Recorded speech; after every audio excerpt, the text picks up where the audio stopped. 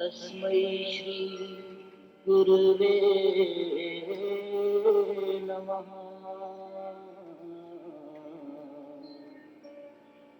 तस्मै श्री गुरुवे नमः। Hello and welcome to Silent Wisdom Online Satsang. Today I'm in Rishikesh at Swami Rama Sadhak Gram. This is an ashram built by Swami Rama's disciple Swami Veda Bharati. And great opportunity to talk about Swami Rama, his teachings, and a little about the tradition. Now, Swami Rama, I got introduced to him through his book called Living with Himalayan Masters. Swami Rama was born in 1925 in the Himalayas, and his father was in his 60s and mother late 40s. What had happened was that Swami Rama's father was meditating at Mansa Devi temple in Haridwar. He was a very spiritual person, and there Bengali Baba, who is also the guru of Swami Rama, he came over. And when Bengali Baba saw Swami Rama, he initiated him and guided him. And then he asked him to go back home because he had left his home and come for his spiritual practices. He told him to go back to his family and said that he is going to have a son very soon, whom he should hand over to him. So Swami Rama said, okay, in my age, if it is possible that I will have a son, he is yours. And he went back home. The day Swami Rama was born, Bengali Baba visited the parents and asked for the child. So the mother hesitated, but the father asked her to hand him over to his guru. So Bengali Baba took him in his arms and then gave him back to the mother and said that you take care of him and I am going to come back and take him later. When Swami Rama turned 3 years old, Bengali Baba came again and initiated him with a mantra. And Swami Rama, he was just 3 years old. He said that, oh, I already know this mantra. So the master said, I was just checking that you know. I know that you know, but I was just confirming it. And few years later, both his parents passed away and Swami Rama started living with his master. His guru was Bengali Baba, very well-known sage from the Himalayas. But in the Himalayas, he did not commercialize, he did not become popular or come in the world as such. So very few masters, sages know about him. So Swami Rama lived a life of service to humanity and he left his body in 1996. He did a lot of work, spiritual and humanitarian work, but his greatest gift was bringing the depth of wisdom of the ancient sages and keeping the Himalayan tradition alive through bringing yoga, meditation, Vedanta and Tantra to people in a way which would be simple for them to understand and follow. Swami Rama was also a formal scientific research subject and he conducted a lot of mind-body experiments in early 1970s at the Menninger Foundation in United States. He offered himself so that the scientists could do research on him and could study the various states of his body and mind. And to the astonishment of the scientists over there, he demonstrated ability to stop blood from flowing. He caused his heart to either stop or beat at 300 beats per minute. He could change the temperature of different parts of the palm of his hand by as much as 11 degrees Fahrenheit. He also demonstrated psychokinesis, which is the ability to move matter with his mind. So, certain things were kept in front of him and just with his gauge, with his mind, he could move objects. Also, he showed on one arm, he could grow and then treat, within few minutes, some, tumors, some of them which were benign and some of them really malignant tumors as well. And his purpose was not to make these demonstrations to impress people or show miracles. These were not miracles, nothing. or about himself. The whole focus was to show what is the immense potential of the human being and how these unconscious abilities can be mastered. To take that wisdom of the Himalayan sages, the rishis who have done so much of work, to the world. And quite much of his work has been documented in World Book Science and Encyclopedia Britannica, and other Beyond Biofeedback, those kinds of books. He was also made the Shankaracharya of Kavirpitham from 1949 to 1951. But he left that. He did not want to continue over there because he found it was taking too much of his time. He was also an accomplished musician who loved to sing. In fact, this Guru Vandana, which you were singing, was is of course his piece, and this was the piece that he had uh, sung on All India Radio. So this is a little about him. And now, Shirin, are you there? Yes, I am there, Muni. Hey, hi, Shirin. Namaste. Namaste. Hari Om, Hari Om. So happy to have you here, Shirin. And may I request you to share something, because you were with Swami Rama for some time and you have been associated with this tradition for a long time. Please share with us something. Swami Rama, to say the least, was magical. I am fortunate to be an initiate of Swami Rama. And I will tell you first how I met him, because that itself is a story. So I was saying that just meeting him was magical for me. So I will relate the story of how I met him. I had this habit that I am in love with the Himalayas, as most of us probably are. They are so attractive that any book on the Himalayas I used to immediately pick up at airports. I was living in Dubai at the time. So whenever I would come to India or any time I went anywhere, I picked up books. So I picked up this Living with the Himalayan Masters, and I found it really very exciting and read it and kept it. And my mother also, who was a spiritual seeker all her life, she was an MA, PhD, LLB in Sanskrit, and she also read it, and we had kept it on the coffee table. And one of her admirers, a good friend of mine, Rama Patkar, came one afternoon and she said, "Who's been reading this book?" So we said, "We both just finished reading it." So she said that, "Oh, but Swami Ram is my guru." I said, "Oh, wonderful." So then we were planning a trip to the US with the children to show them Disney World and to take them to Niagara Falls and all of that. And she said, Shirin, he's in the US, and my um, brother-in-law knows him very well and knows his programs very intimately. So you can go and meet Swami Ram. I said, see, I'm not interested in meeting him, because at that time I was already an initiate of Swami Muktanand, and I had absolutely no interest in finding another guru. But my mother was insistent, and she said my guru had left his body. And my mother said that, Shirin, you have to meet him.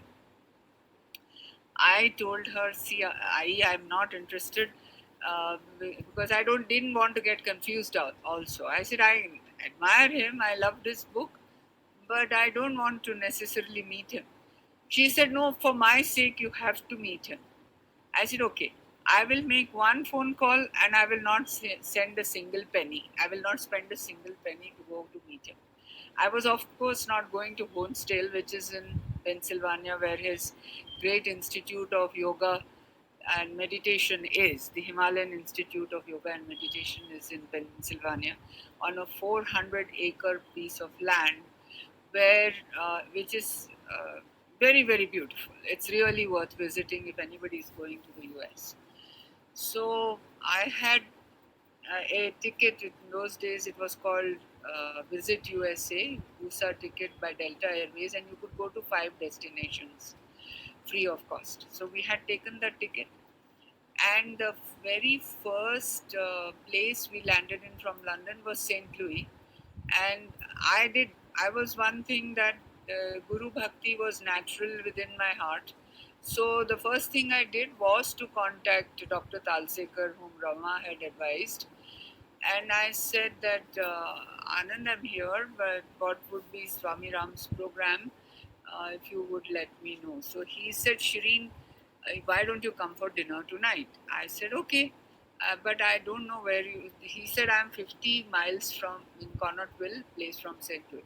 I said, oh my God, 50 miles. And when living in Dubai, it was like I was going to some other country. So my brother-in-law said, nothing doing, Shirin, it's just neighborhood in US. I'll take you. So we went for dinner. But as we were entering the home of Anand Talsekar, he excused himself saying the phone was ringing. Those were not the days of mobile. And he went, and that was in 91 July. He went in, answered the call, came back all smiling and said that, guess who that was? So we said, how could we know? He said, that was Swami Ram. I said, oh. And Swami Ram ने कहा कि वो जो तुम्हारे घर अभी आए हैं 2 डॉक्टर लोग, उनके 2 बेटे हैं, आप उनको तुरंत भेज देना क्योंकि 3 दिन बाद मैं व्यस्त हो जाऊंगा, उनसे नहीं मिल पाऊंगा. So that itself was a shock because nobody had informed him that we were, who the hell we were also. And Anand was, he said that, see, he has invited you, he gave me his number, and he said he has invited you to visit him as soon as possible. Now, I had made that one phone call and that was fruitful, but of course, I would have to spend money because the closest airport would be Allentown to Honesdale, where Delta Airways went. So I said there's no question of my spending money. So his Swami Ram's secretary called us. Her name was Kamal. She said, when are you coming? So I told her, I'm very sorry, Kamal, but I'm not going to be able to come because it will cost me. The flight goes only to Allentown. She said, but Allentown is just 100 miles from Honesdale. You could rent a car. So I said, no, but that will cost me a lot of money. So she said, my God, what's $100 for doctors coming from Dubai? But she kept quiet. And 2 hours later, she called back and she said, so when are you coming? So we said, I told her that I'm not coming because she said, no, please come. We will send you a car to receive you. So that was my meeting with Swami Ram. That was my meeting with Swami Ram, which then, he sent a lovely lady, Kathy, who has established the nursing college in HIHT. I'm sure you have visited that next to Jolly Grant at Dehradun Airport. If you haven't, Muni, I think you must have visited last time also. Nah? Have you visited, No, Muni? I haven't. Oh, you must go, Muni, because that is one institute. He has been the architect of that, not only just the you see what happened, the architect suddenly left in between, and he has designed an arc over there which is under which you will feel a certain vibration, and his samadhi is over there, Swami Ram's. So you must go and visit it. Okay. And there is a rural development institute over there, which the chief of which is Maithili, who was his secretary for the last 6 years of his life. And Maithili is another divine human being with sparkling eyes, and she will tell you so many things about Swami Ram that if you haven't been, please do visit her. I can forward her number to you if you like. Sure, we'll do that. You can just contact her. But really, it's worth visiting her, visiting the institute. So he had wanted that doctors, he had told us when we went and visited him that ये hospital तो मैं बना दूंगा शिरीन, लेकिन चलाएगा कौन? So that's why he was very keen that we join him, but we failed him because at that time Dehradun and all this was UP, and UP was a Bimaru state, and we were very afraid to come back to a state like that. But you see, that is obvious that we were lacking in Guru Bhakti at the time, and Venkat, my husband, still regrets it that he didn't join the hospital. I somehow don't because, and I just feel so embraced by him that I feel that he's taken me in with all my feelings. So that was only just the beginning of my long, I mean, not in the mundane sense, very stupid relationship, because anytime I had a difficulty, I would just pick up the phone and say, Baba, ab main kya karu? And then I was in my early 40s at that time, and till 96 when he left his body, I would just ask him all the daily life questions, and he would answer them so accurately that there are, I mean, the whole hour will go past and I won't be able to complete the stories where I can just say in brief that Swami Ram, time did not exist. The past, present and future would collapse into nothing, and he could tell you exactly what you should do. Now, if I had any maturity, I would have grabbed that opportunity to learn more on the spiritual path, but I didn't. So that's that. But so when we went, he was going with his tennis racket to play tennis, and when he came back, he said, "Shirin, kal tumhara initiation hai." I said, "Baba, मुझे तो initiation नहीं चाहिए." He said, "नहीं चाहिए." He got such a surprise. He said nobody had ever refused him an initiation before. So I said, नहीं, क्योंकि मेरा हो चुका है, मुझे दीक्षा मिली है, स्वामी मुक्तानंद ने दी थी. So he did namaskar and he said, अच्छा बेटे. And then लेकिन हम वेंकट को जरूर इनिशिएट करेंगे. So I said, जी आप वेंकट को कीजिए. So next morning, 6 months, it's such a beautiful place. He gave us such a lovely 2-room apartment to stay. My 2 children were so happy. My younger son he used to call Dubai ka badmash. And we had he did such a satsang. He sang for us, it brings tears to my eyes and fills my heart with so much gratitude, because the ashramite said, since months we've been waiting, since you have come, he has done this satsang today. And the night he sang, I knew that he was such a divine, the guru in blood, flesh and blood. And I was very, very, very um, there is one thing within this body, and that is the recognition of a true guru. So I realized that, and the next day Venkat was initiated. Then we used to run to him for anything. So whenever we came to India, we would find out whether Swami Ram is in Rishikesh, and we would travel all night and go to him. So one in '92, in December, we had gone to Rishikesh to ask him some mundane question. And then again he said, Shirin, kal tumhara initiation hai. Then I just hit myself and I said, Shirin, you must be mad refusing a guru like that. So I said, Ji Baba. And then so the next day he initiated me. And he was so loving. It was extremely cold, and we had come from Dubai. We had no idea of how it would be in December in Rishikesh. So we were very badly prepared. And so I was just standing in front of him, shivering in the morning at 7:30. And he's saying, he said, "Arey Shirin, तुम्हें ठंड लग रही है क्या?" I said, "जी बाबा बहुत ठंड लग रही है." So he told his assistant, जाके वहाँ से एक शाल ले आना. So the assistant went, got a lovely white shawl from there, and Baba said, उसको दे देना. मैंने कहा, बाबा ऐसे तो मैं नहीं लूंगी. He said, बड़ी बदमाश है, and he took the shawl and put it on my shoulders. That was the loving Baba that I knew.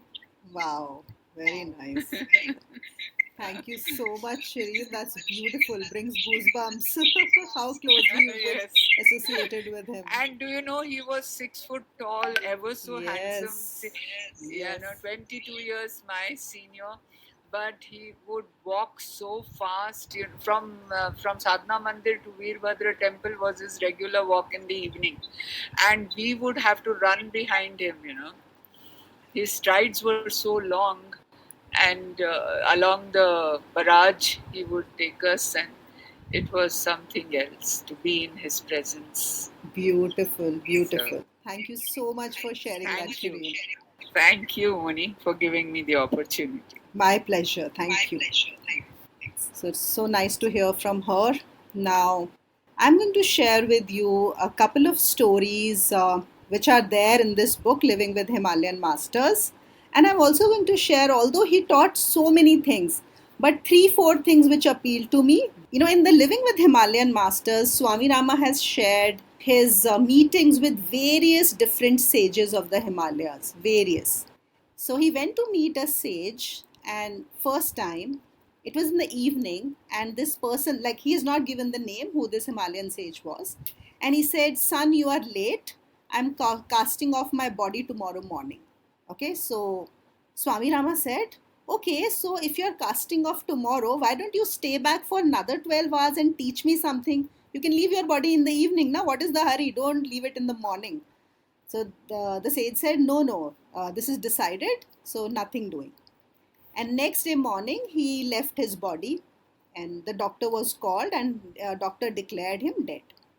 Now, he had followers who were from the faith of Hinduism, Christianity, Muslims, and all these religious groups wanted to claim the body because Hindus said he was a Hindu, Christians said he was a Christian, Muslims said he was a Muslim, and each group had their own ideas about how final rites should be conducted.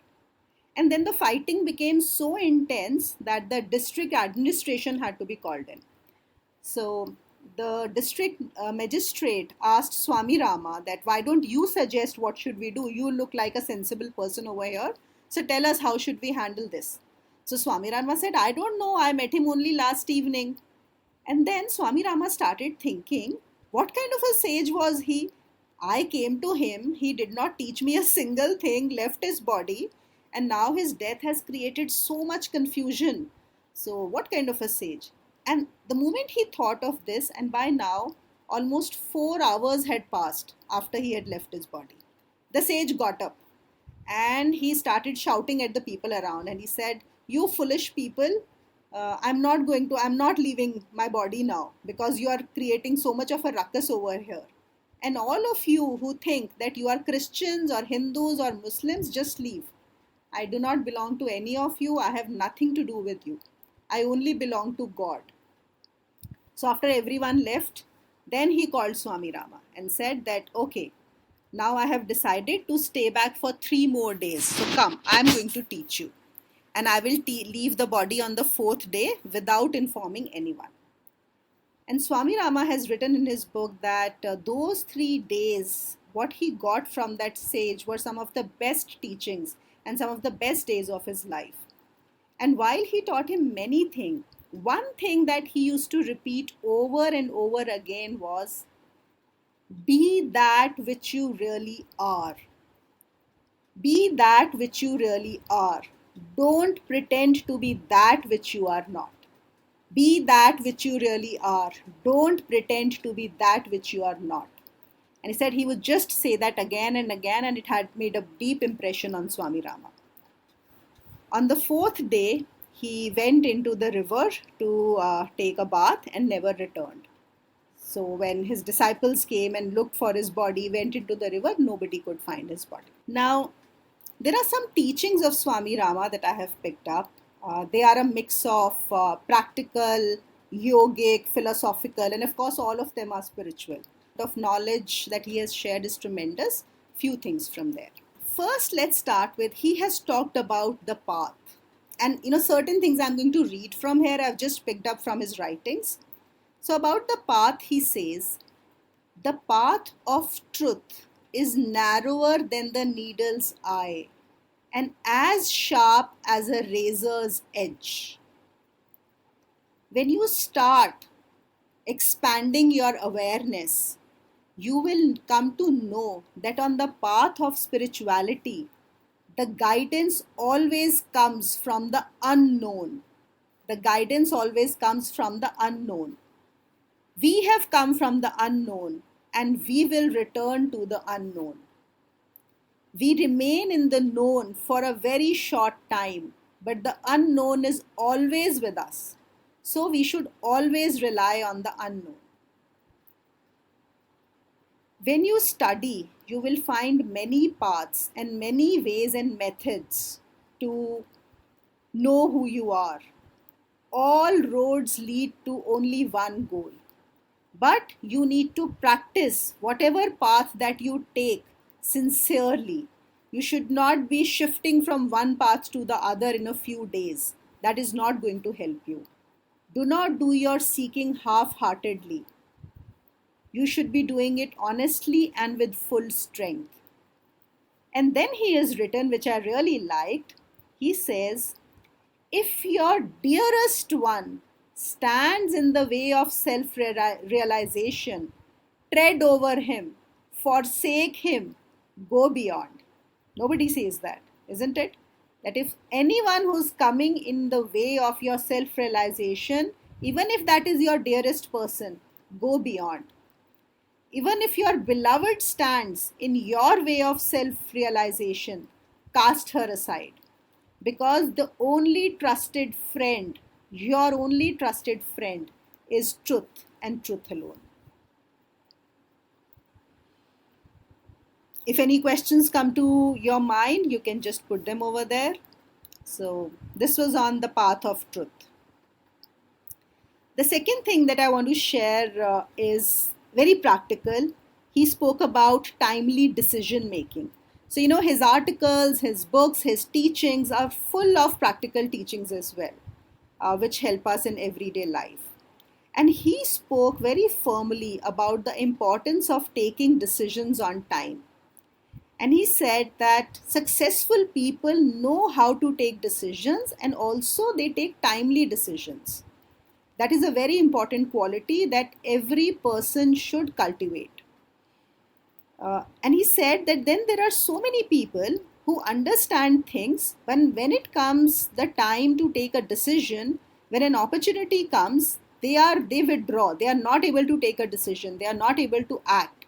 They do not know how to decide. They always think maybe I need more time. I need to be sure. I need to understand other factors. And although their thinking might be in the correct way and accurate, they may be accurately understanding the situation, but possibly for whatever reason, they just lose confidence. And he says in this external world, the world of samsara, the competition, there is so much of competition.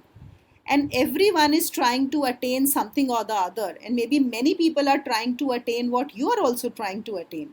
So if you do not decide on time, someone else will and you will be left behind. So time is very valuable in the external world. And then he goes on to say that why people don't take decisions on time is because there is a fear of taking a wrong decision. That is the fear that holds them back. And he says that even if you get a setback, even if you take a wrong decision, don't worry about it. Because what will happen is your mistakes will teach you. You will at least learn how to take decisions. And sometimes after taking bad decisions, you will start taking the right decisions. At least you will learn. So do not avoid making decisions because decisive faculty of the mind, it also feeds on to your discrimination. You become a better decision maker. Your discrimination power increases, your confidence increases. So do not become dependent on others to take decisions for you. Take responsibility and take decisions. And do not be worried about taking wrong decisions. One more thing that he spoke about and wrote about was about serving. And he said that in life or in the world, we find two kinds of people mainly. Some, most rather, are involved in the world and who are busy in their self centered activities. Everything they want to achieve for their own good. There is greed, either they want more money or fame or power. So everything is about themselves and they are busy in the activities. And then there are other kind of people who think, oh, we don't want this, and they renounce everything. They renounce their families, they renounce their work, they do not want to participate in the worldly life at all. They do not like it. So he says both these people are very have an incomplete worldview and they understand things in a very limited manner. There are extremely few people who use their discrimination, who work hard for their self fulfillment, who meet their own needs, and at the same time contribute to the welfare of the society. And he says it is possible today that you can fulfill your worldly things and worldly needs and be spiritually inclined. And that is the kind of people that we need today for the world. Those who meet their worldly needs and who strive to attain self realization and also who help others light their lamps to become, to follow them, to become examples for them. And they are the true leaders of the human race. So, blessed are those who are useful for themselves as well as others. And today's society needs such selfless, spiritually enlightened, well balanced leaders to guide them in how to live happily. And these kind of leaders will not come from outside the society. They are part of the society. They have to be trained in the right manner in the society. So he writes over there, get up, my friends, arise, attain knowledge, and dedicate your life to the service of your fellow beings. Okay, I'm just reading Shirin's comment here. Sorry, I didn't see that earlier. Swami Rama has written a beautiful book on marriage in which he says divorce is better than suffering a relationship after 7 years of trying. Yeah, don't let this come in the way to the Lord. Yes, yes, absolutely. Your self-realization is your way to the Lord is the most important duty that you can perform. There is no doubt about it. Thanks for sharing that, Shirin. Okay. Swami Rama, as you know, is very well known for the yogic practices that he has taught. And even in this place where I am right now, Swami Rama Sadhagram, as I said, while it was set up by Swami Vedbharati, who was a disciple of Swami Rama and a great, great yogi himself, he has dedicated this place to his guru. Otherwise, it was all conceptualized and created by him. So here also, when you come and stay here, they teach you very beautiful things, really simple, nice, beautiful things that you can do every day. How to breathe, how to sit, how to digest your food, how you should, how should you be breathing when you sit, how should you breathe when you stand. And they have lots of these exercises, of course, just for simply. And if you get initiated, then of course, they teach you more esoteric practices over there.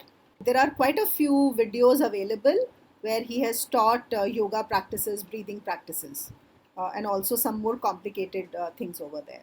What I'm going to share with you now is what he has written on the Sushumna Nadi.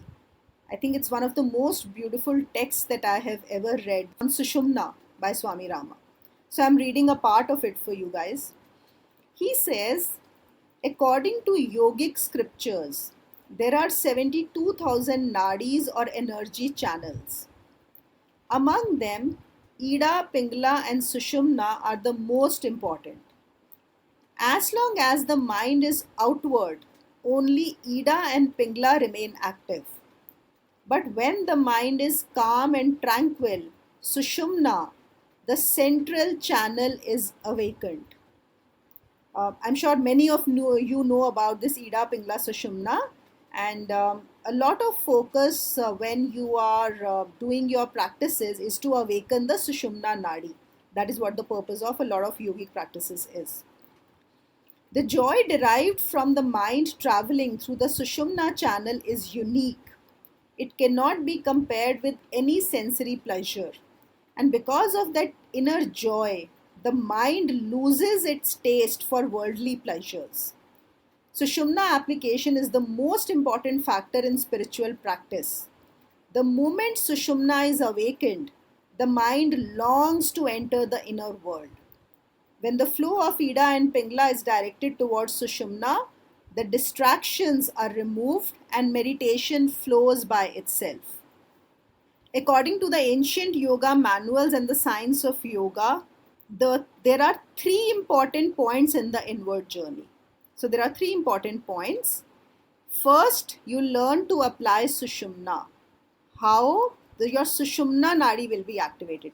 Actually, for all of us, there are certain times when naturally the breath moves from Ida to Pingla or Pingla to Ida. In between, for a few seconds or maybe even just 1 second, the Sushumna gets channelized. But that's a very, very short time. So yogic practices make sure that you spend more and more Sushumna can be awakened in you. So first, learning to apply Sushumna. From this, there is an awakening of the Kundalini, and which is taken to the highest dimension, that is the Sahasrara chakra. So after the Sushumna is awakened, the Kundalini rises and taken to the Sahasrara. And when that happens, the knowledge of the Absolute is attained. So these are the three steps. And this is the entire purpose of the yoga system. He is also quoted from Kathopanishad, where the king of death says that there are innumerable nerves and veins in the physical system. And among them, the most important is that which goes upwards through the spine. That is what is called Sushumna Nadi. It travels through the spinal column and leads to the highest heaven as conceived by the yogis. And a yogi who can enter into Sushumna at the time of his death attains Brahma, the highest goal of life.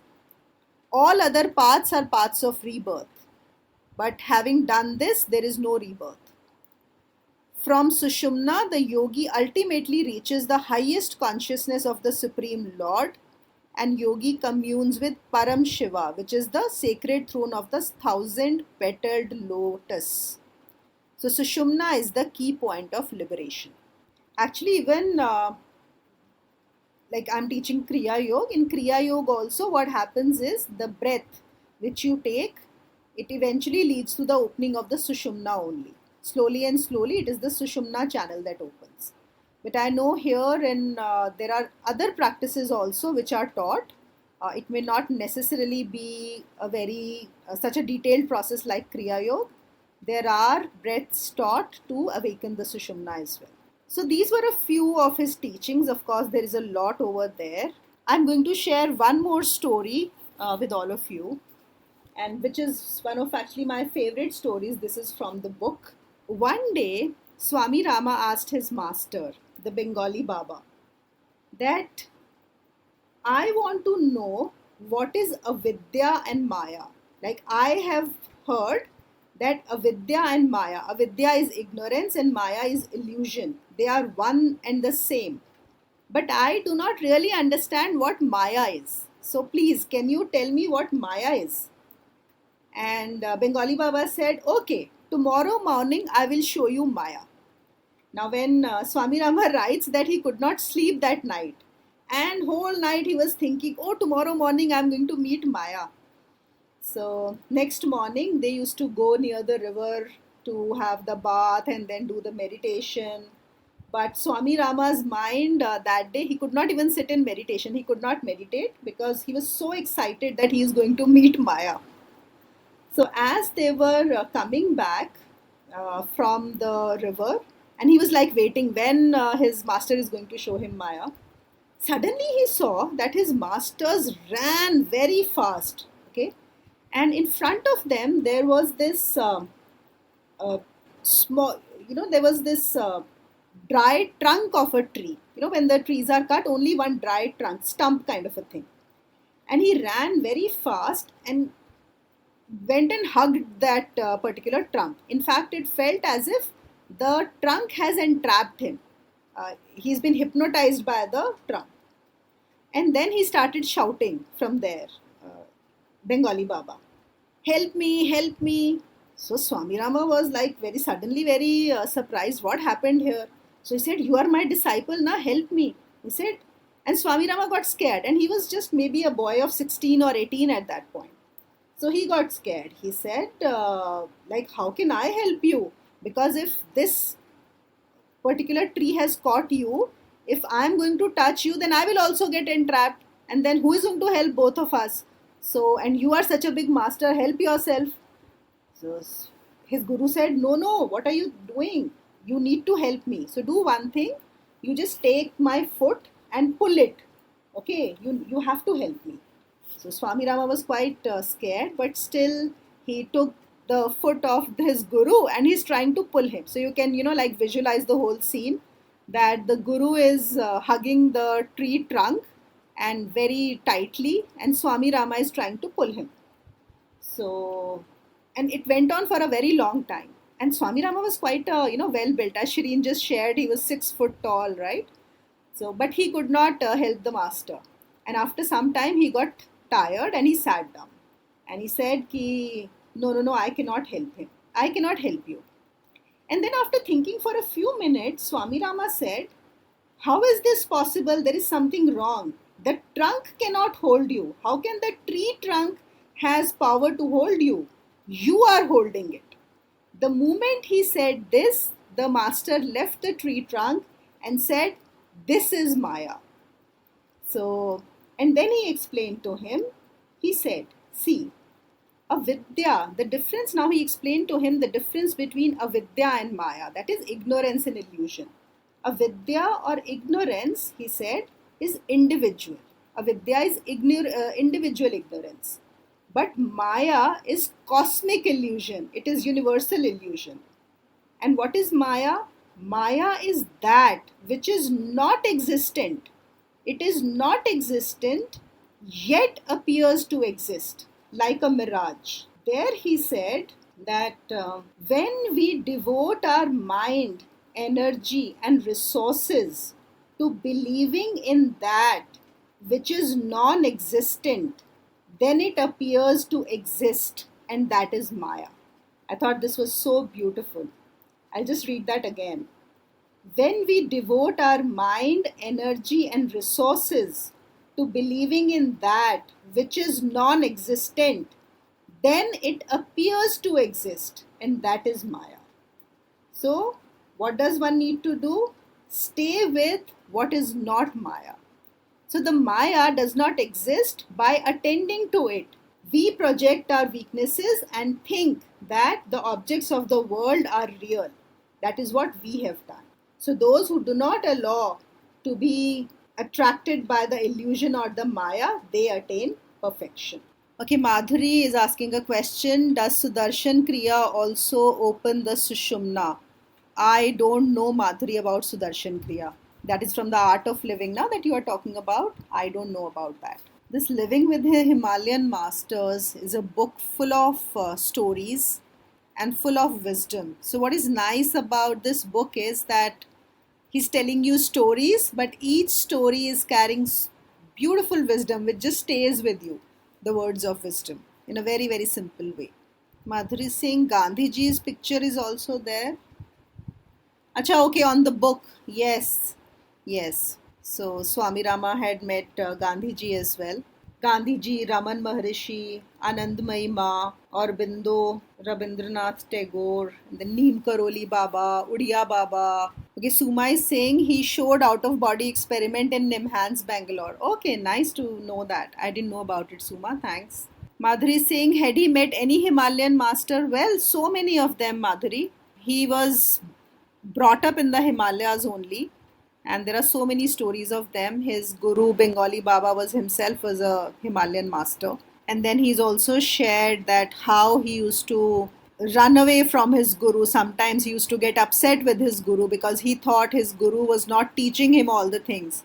He would only teach others. Shirin, I want to ask you, like when you say you were initiated into by Swami Rama, was that the initiation with the mantra or Mantra. mantra? It was a mantra initiation, yeah. Okay, okay. But I think many other things are taught over here, no? Other than the mantra, he was teaching Sri Vidya, and of course there is the yogic practices. Yes, yes. So there is a entire system actually. That is what I feel sorry that I missed asking and being with him, studying with him.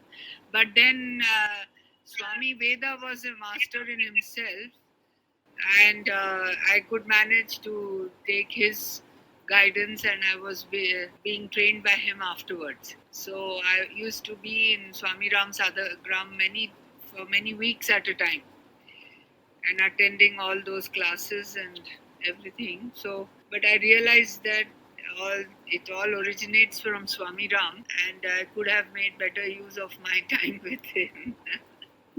Yeah, no, but still that's wonderful that you spend so much time with Swami Ved. Swami Ved was like an elder brother, very, very fond. He used to be, and Swami Ritavan, who is now the present Pramukh. This time when I went, I did 6 days of silence, and he was guiding us. I mean, there was another person also, a senior disciple, who was also there. But somehow he didn't attend the other days, and I got personal training from Swami Ritavan, and he said he had a message from the Guru field for the 2 practices that I should be doing. And I thought, my goodness, because they were so perfectly important for a person at my age and at my point of evolution, that I couldn't believe it, because it was just exactly like how I should be doing, what I should be doing. And those were the 2 words that he told me I should contemplate, जिसको बोलते हैं निधि ध्यास न करें. Right, okay. That is what the 2 words were, Abhinivesh and Ishwar. I felt as beautiful, looking after us. So there is a gay abandon. It was so koi baat nahi. Yes, so true. All right, it's 10 o'clock. Nobody has questions. So I think we'll end the session over here. Thank you so much, all of you, for joining. I hope you all enjoyed listening, knowing about Swami Rama, listening to the stories and the words of wisdom which came from his teachings. And thank you so much, Shirin, for sharing your story, for taking us through those beautiful moments. And thank you, everyone. We'll see you next week, same time. Guru Govind do khade इसके लागू